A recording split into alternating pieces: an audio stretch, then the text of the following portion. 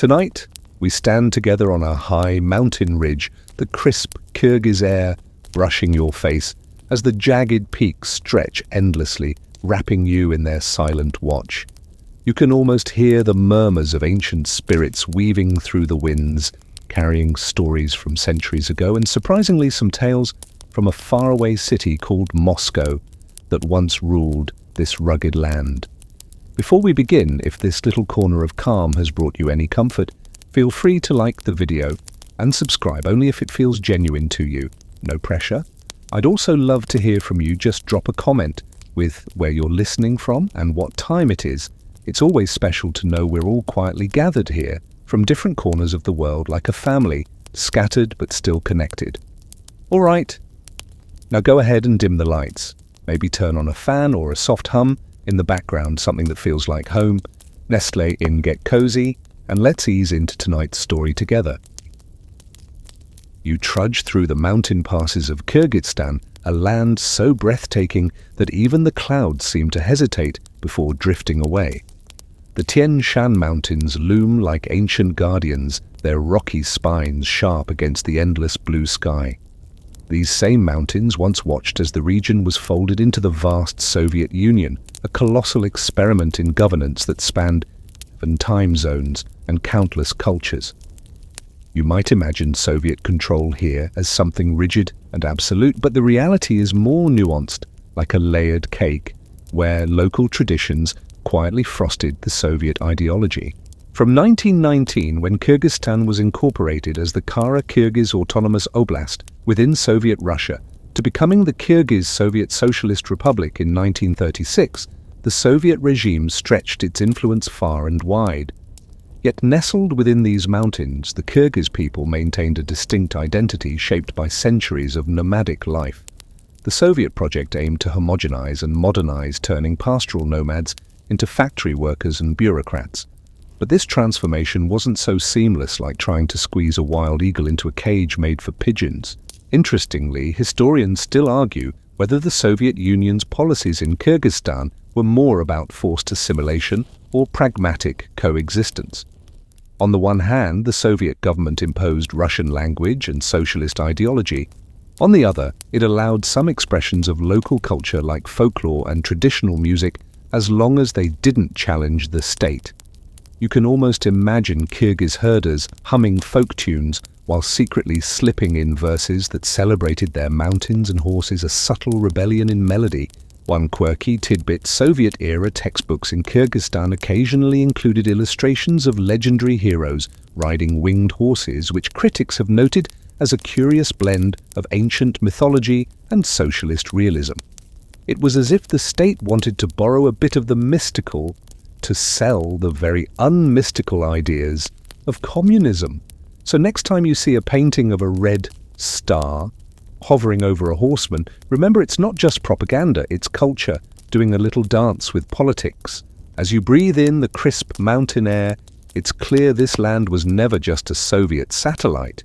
It was a place where history folded over itself, where traditions persisted even under the gaze of an all-powerful state. The mountains, after all, don't forget, and neither do the people who live among them. You find yourself wandering the sprawling steppes and rugged valleys where the Kyrgyz people have roamed for centuries, their lives tethered to horses' yurts and the shifting rhythms of nomadic existence. The scent of fresh mountain grass mingles with the smoky warmth of a yurt's hearth as you settle in to hear how these nomadic roots intertwine with the imposing red banners of Soviet power.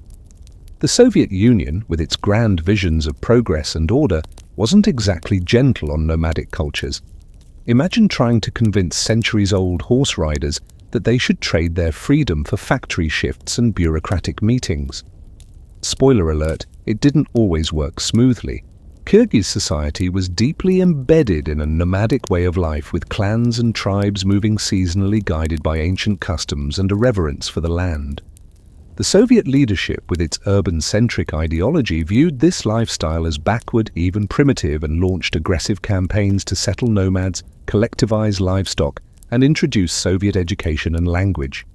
You can picture the dramatic shift, a Nomads yurt replaced by a standardized Soviet apartment, horse trails replaced by roads leading to factories. Yet despite all this, the Kyrgyz didn't just vanish into Soviet molds like socks in a laundry machine. They adapted, resisted, and preserved their identity in ways both overt and subtle.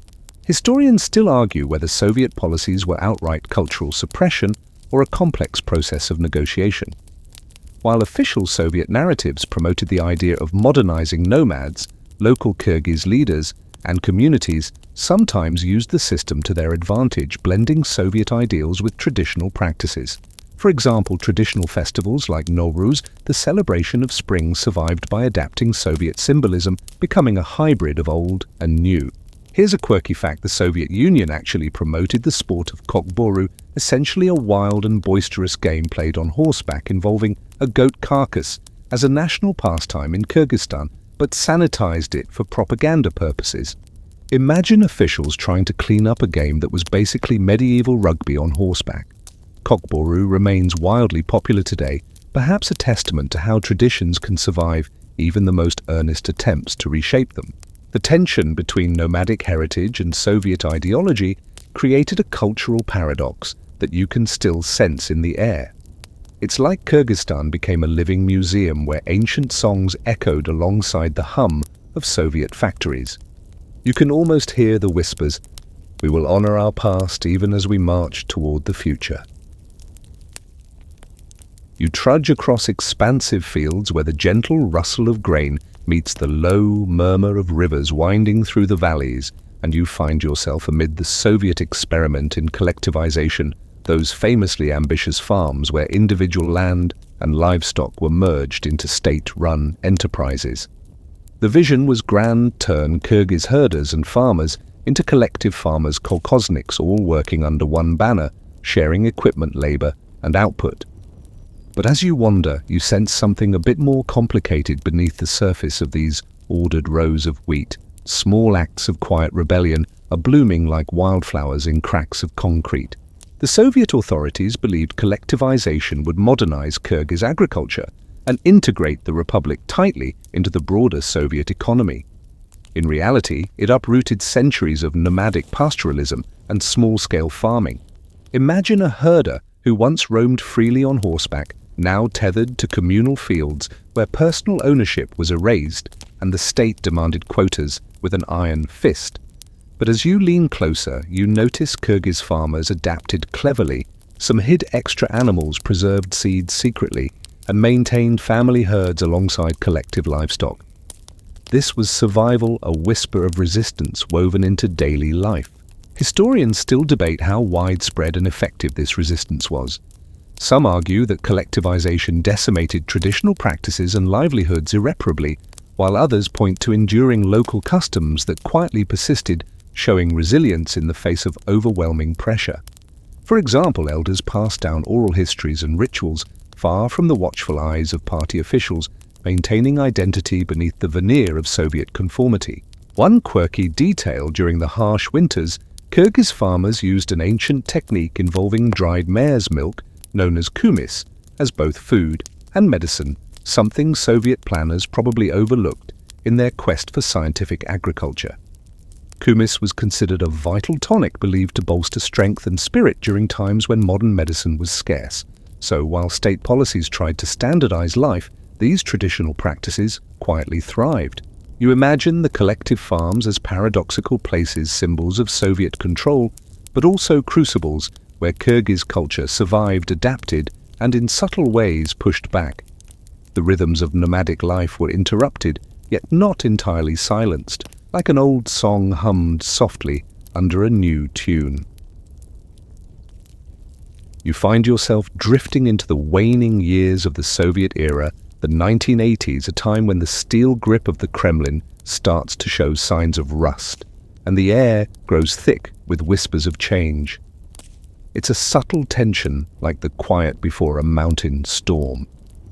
You can almost feel the cracks forming beneath the glossy surface of Soviet unity, fractures that are as political as they are cultural.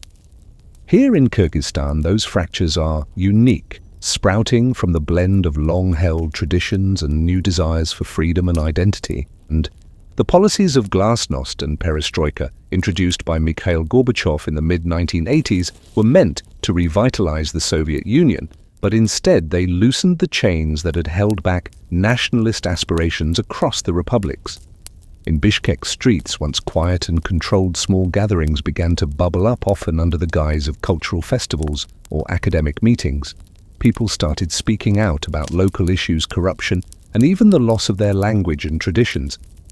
You can hear the low murmur of a populace waking from a long sleep, ready to ask, "Who are we really?" Historians still argue whether these movements were spontaneous expressions of national identity or carefully orchestrated political strategies by emerging local elites seeking power. Some suggest that local intellectuals used the newfound openness to rekindle Kyrgyz pride, while others contend it was a mix of genuine grassroots sentiment and political opportunism. It's a complicated dance, and you're standing right in the middle of it, feeling the energy shift beneath your feet. Here's a quirky tidbit. As Kyrgyz nationalism simmered, some Soviet officials tried to co-opt traditional symbols, commissioning elaborate national costumes and dances for propaganda events, sometimes leading to bizarre mashups that look like a folk festival directed by a very confused bureaucrat. Imagine embroidered robes paired awkwardly with red Soviet badges. It was a cultural performance with a tinge of absurdity. As you watch these subtle cracks widen, you sense the inevitability of change. The Soviet facade, so long maintained with strict discipline, is beginning to crumble, not with a roar, but a persistent whispering echo of centuries-old voices reclaiming their place. You drift through the bustling streets of Bishkek in the late 1980s, where the usual hum of everyday life is punctuated by something new: chants, banners, and a crowd's rising energy.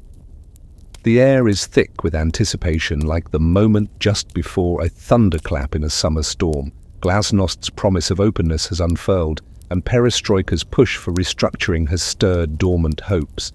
People aren't just murmuring in private anymore. They're gathering, speaking out, demanding change. You can almost taste the mixture of excitement and nervousness, a cocktail of uncertainty, served with a shot of courage. Public protests, once unthinkable under Soviet rule, begin to dot the landscape. The people of Kyrgyzstan, from students to workers, start voicing grievances about corruption, environmental issues, and most importantly, a desire for autonomy. The language question becomes central. Whether Kyrgyz or Russian should dominate official life sparks heated debates. These protests aren't chaotic revolutions yet, but the seeds are firmly planted. You walk among demonstrators waving flags with a bright blue sky and a sun symbols that will soon become national emblems, signaling a collective yearning for self-definition. Historians still debate the depth of grassroots involvement versus the role of emerging political elites in these movements. Some argue it was a genuine popular awakening, while others suggest savvy local leaders harnessed the unrest to consolidate power amid Soviet decline.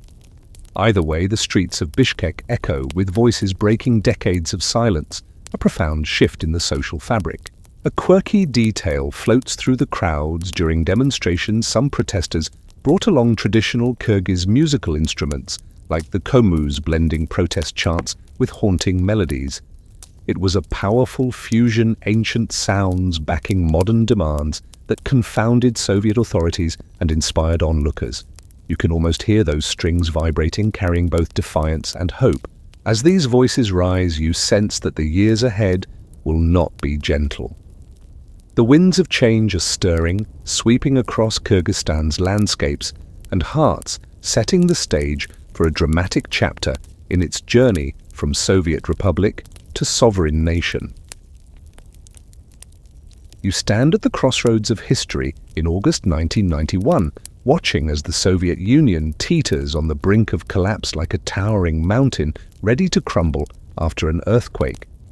The infamous August coup in Moscow, an attempt by hardline communists to wrest back control, fails spectacularly, shaking the foundations of the Soviet Empire. You feel the electric tension ripple all the way to Kyrgyzstan, where people watch anxiously, wondering if this means the end of an era or just a temporary wobble. It's a moment thick with uncertainty, like waiting for a landslide to start moving. knowing the ground beneath your feet might soon shift forever. Kyrgyzstan, like many other republics, finds itself thrust into a whirlwind of rapid political change. The coup's failure accelerates declarations of sovereignty across the Soviet map. On August 31st, 1991, Kyrgyzstan boldly steps forward, declaring its independence and signaling a profound break from the Soviet past.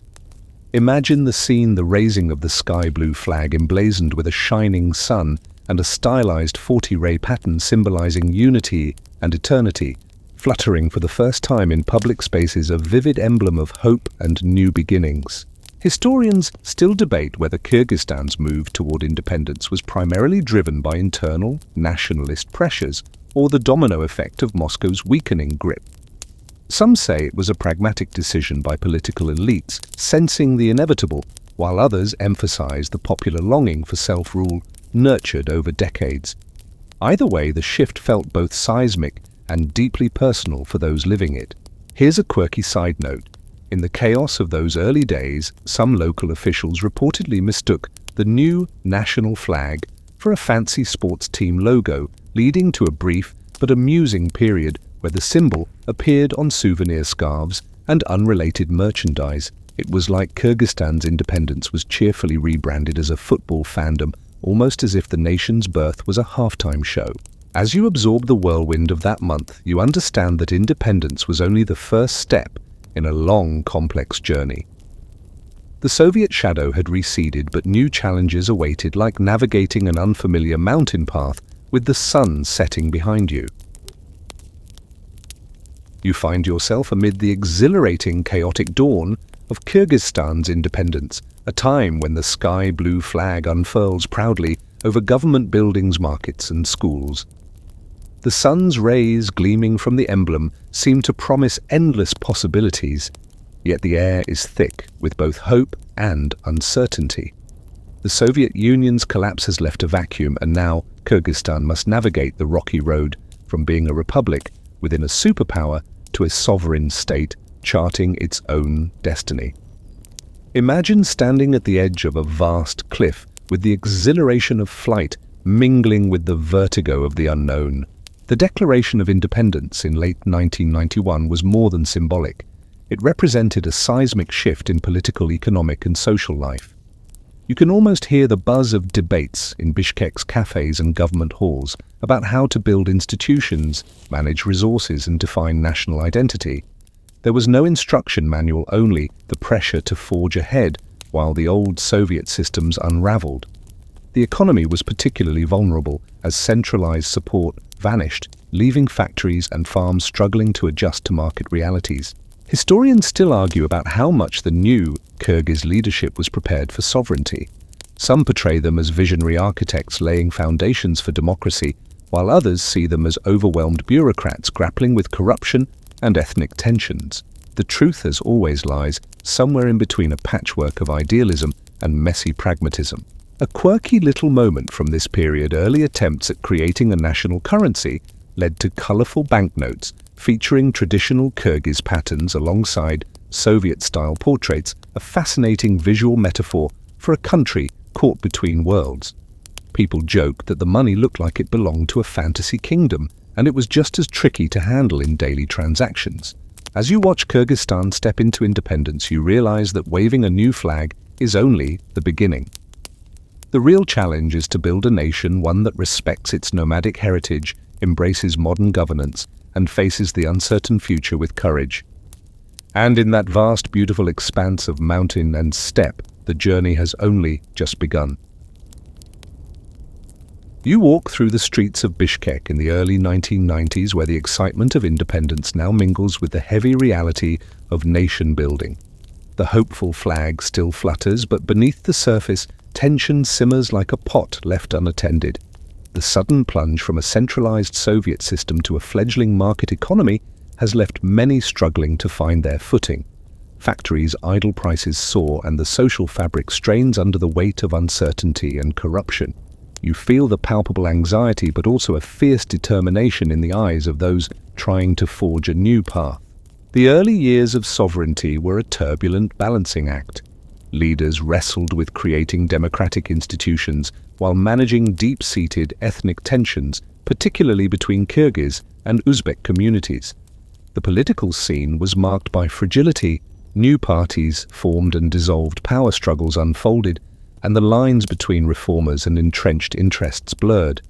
Corruption seeped into government layers, frustrating efforts to build trust and stability.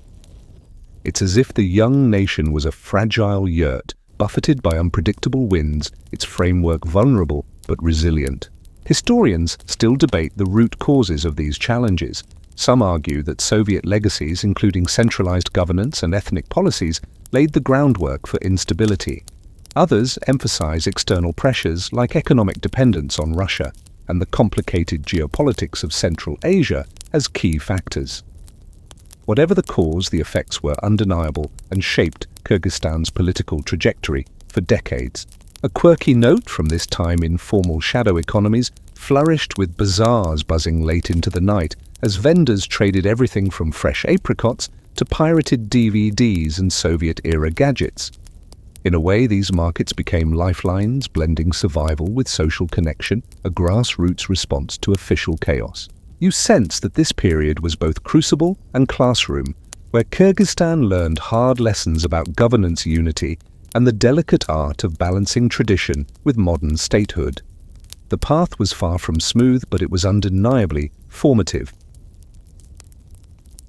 You find yourself swept up in the charged atmosphere of Kyrgyzstan's revolutions of 2005 and 2010 moments, where the simmering frustrations of ordinary people boiled over into streets filled with chanting crowds and trembling governments. It's as if the nation, still young and searching for its identity, was shaking off old chains and testing the strength of its newfound voice. The air is thick with a mix of hope, anger, and uncertainty, an electric charge that crackles like static before a thunderstorm. The 2005 Tulip Revolution began as protests against corruption and authoritarianism, fueled by allegations of election fraud. Citizens young and old, from Bishkek to remote villages, poured into the streets, demanding change, transparency, and accountability. You can almost feel the adrenaline as President Askar Akayev's government crumbled under the pressure, replaced by a new leadership that promised reform but soon revealed its own shortcomings. 5 years later, history repeated itself in the 2010 revolution, triggered by dissatisfaction with the government of Kurmanbek Bakiev and ethnic clashes, particularly in the south. The upheavals highlighted deep divides, but also a vibrant civic spirit, unwilling to stay silent. Historians still debate how much these revolutions were driven by genuine popular will versus manipulation by political factions and external influences. Some see them as democratic awakenings, while others caution about their chaotic consequences and the instability they engendered. Either way, they mark pivotal moments in Kyrgyzstan's political evolution, exposing both promise and peril. A quirky aspect of these revolutions was the use of social media and text messaging, a novelty then that helped organize protests and spread information rapidly. Imagine the irony: a country often seen as remote and mountainous suddenly plugged into the digital pulse of protest culture. It was as if the yurts and bazaars were connected not just by roads, but by invisible digital threads weaving a new civic consciousness. As you stand amid the crowds, you realize these revolutions were more than political upheavals. They were the nation's way of wrestling with itself, trying to forge a future that reflects both its past struggles and its hopes for justice and representation. You settle into the rhythm of modern Kyrgyzstan, a land where the echoes of mountains meet the buzz of smartphones and ancient traditions hum alongside democratic aspirations. The nation has carved out a place for itself amid the shifting sands of Central Asian geopolitics, balancing relationships with powerful neighbors like Russia and China, while nurturing its own unique identity. You can almost taste the salty breeze from Issyk-Kul Lake, mingling with the scent of freshly baked bread in local markets, a sensory reminder that life here is vibrant, grounded, and constantly evolving. Democracy in Kyrgyzstan remains a work in progress, a complex tapestry of successes and setbacks. The country has seen peaceful transfers of power, competitive elections, and a lively civil society, Yet challenges such as corruption, political polarization, and ethnic tensions persist. Still, the people continue to engage actively, pushing for transparency and inclusion. The traditional values of hospitality and community endure, often blending seamlessly with modern activism and governance efforts. Historians continue to explore how Kyrgyzstan's nomadic heritage influences its contemporary politics and social fabric. Some argue that the emphasis on clan and family ties complicates national unity, while others see these bonds as sources of resilience and democratic participation. This ongoing debate highlights the intricate interplay between past and present in shaping Kyrgyzstan's future. A quirky cultural note: despite the spread of global technology and urbanization, the game of kokboru remains wildly popular, especially during festivals where players gallop on horseback, vying for control of a goat carcass. Yes, the tradition endures with thrilling energy. It's as if the spirit of the nomads gallops alongside modern life, refusing to be left behind. As you reflect on Kyrgyzstan's journey, you see a nation still writing its story, balancing the weight of history with the possibilities of tomorrow. The mountains watch quietly, as they always have, steady witnesses to a people's ongoing quest for identity, sovereignty, and hope.